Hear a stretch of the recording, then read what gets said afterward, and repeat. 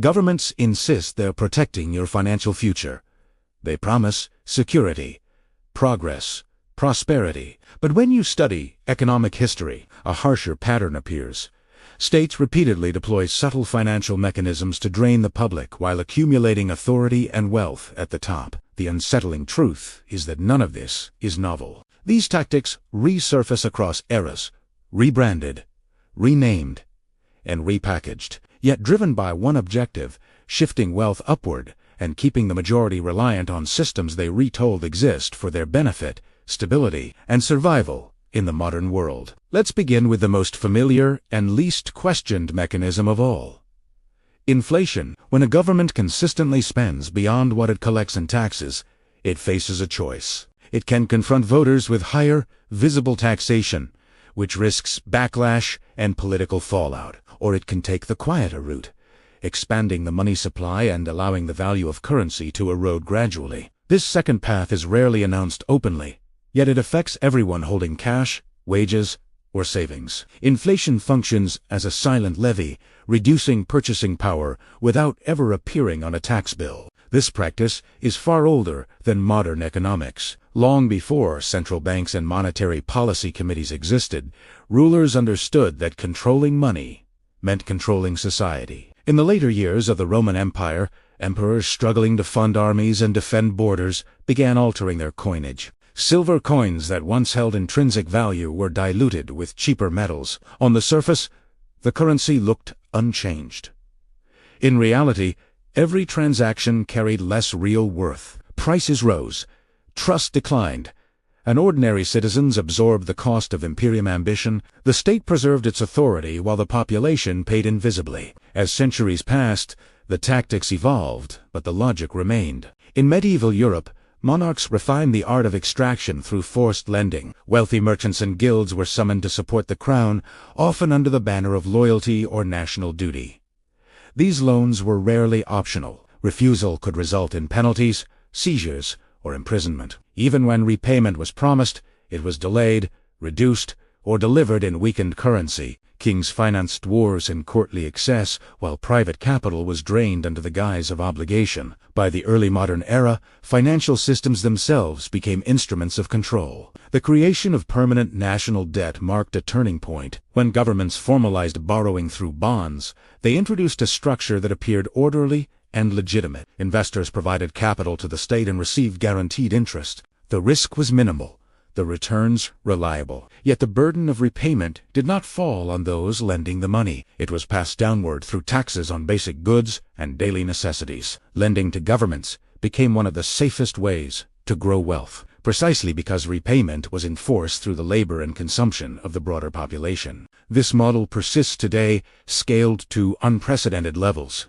Modern governments issue enormous volumes of debt, purchased by banks, funds, and foreign institutions. Public messaging frames this borrowing as investment in growth, employment, or public welfare. But a closer look reveals that much of the spending cycles back into corporate contracts, financial institutions, and political allies. When deficits swell, the response is predictable. Taxes rise, currencies weaken, or public services are trimmed. The profits flow upward, while the costs diffuse across society. Financial crises expose this dynamic most clearly. When risk-taking at the top destabilizes the system, governments intervene decisively. During major collapses, losses are absorbed by the public through bailouts, guarantees, and emergency spending. The justification is always stability. The outcome is consolidation. Institutions deemed too important to fail emerge larger and more protected than before. The public is left with higher debt,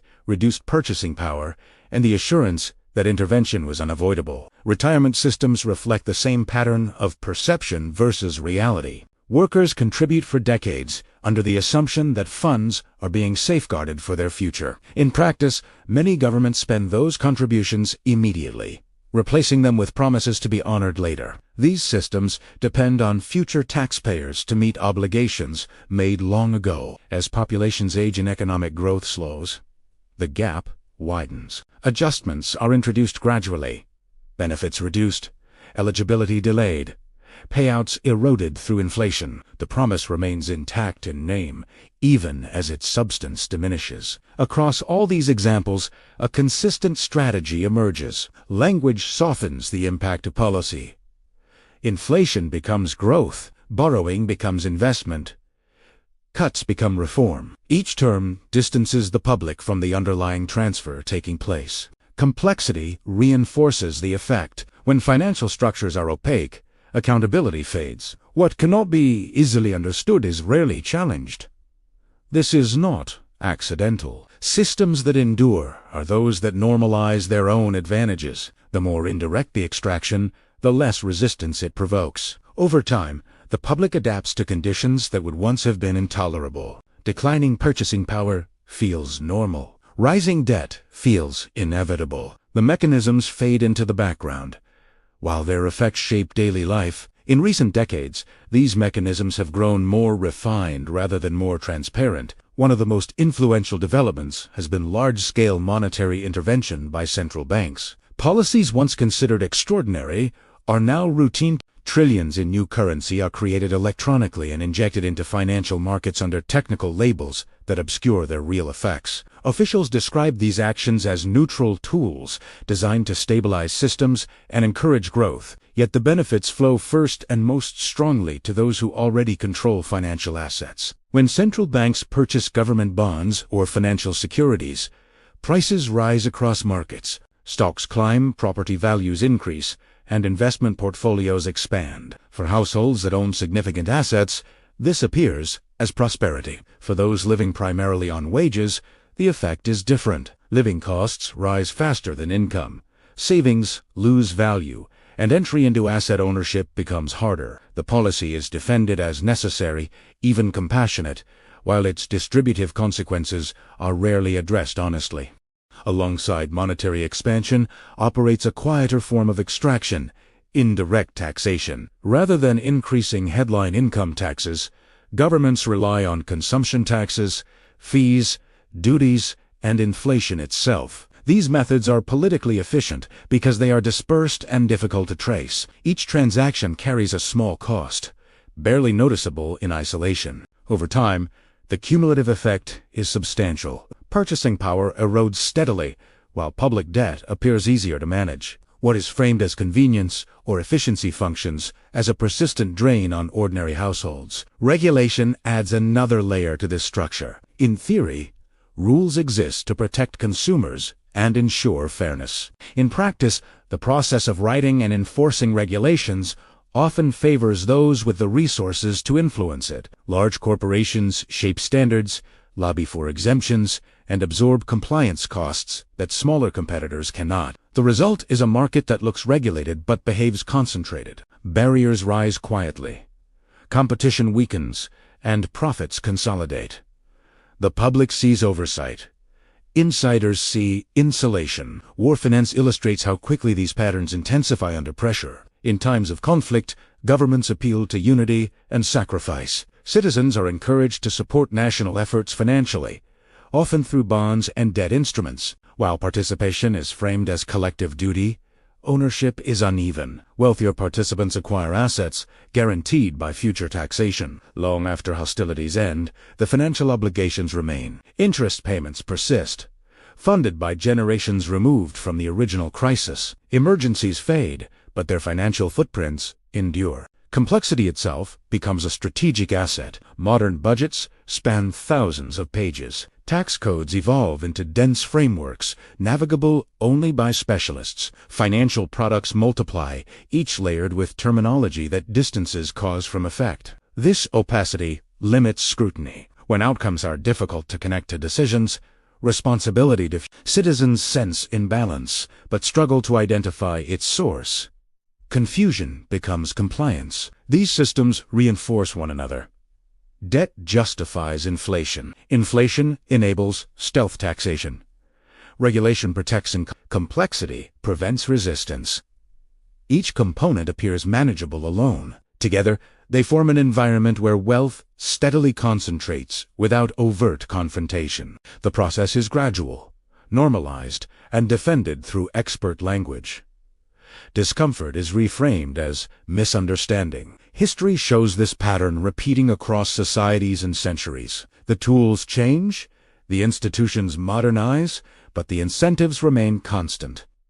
Power seeks stability. Stability seeks resources. Resources are drawn from those least able to avoid extraction. What differs today is scale. Technology accelerates financial flows. Policy decisions ripple globally. The distance between decision makers and consequences widens. Most people experience the outcome without seeing the structure. They work longer hours for less real return. They save diligently only to watch value dissolve. They follow rules designed without their participation. None of this requires malice. It requires only inertia and asymmetry of knowledge. Systems persist because they are misunderstood. The most effective safeguard has always been awareness. Understanding how incentives align reveals why policies repeat. Study in past mechanisms clarifies present outcomes. When inflation is framed as unavoidable, history provides context. When debt is presented as investment, prior examples offer caution. Recognition does not dismantle systems overnight, but it limits their reach. Financial systems thrive on passivity. They weaken when questioned. The moment patterns become visible, narratives lose power. Education disrupts complacency. Memory resists. Repetition. This is why complexity is defended so fiercely and simplicity discouraged so quietly. A public that understands mechanisms is harder to manage through illusion. So what should you understand from all of this? First, train yourself to question the surface story. When leaders announce relief programs, ask who receives the earliest gains. When prices climb, remember it is rarely coincidence. It is design. When new rules appear, consider who influenced them and who is protected. Second, focus on building durable wealth beyond fragile currencies, resources, and assets that can endure policy shifts. Third, never assume institutions exist to serve you simply because they claimed. Systems are built to preserve themselves first. History may not repeat perfectly, but ignorance guarantees suffering. The same mechanisms that emptied the pockets of past civilizations are quietly draining yours today, only disguised by modern terminology. The difference is awareness. If this changed how you see the system, subscribe. The past explains the present, and I will help you learn to read it properly going forward.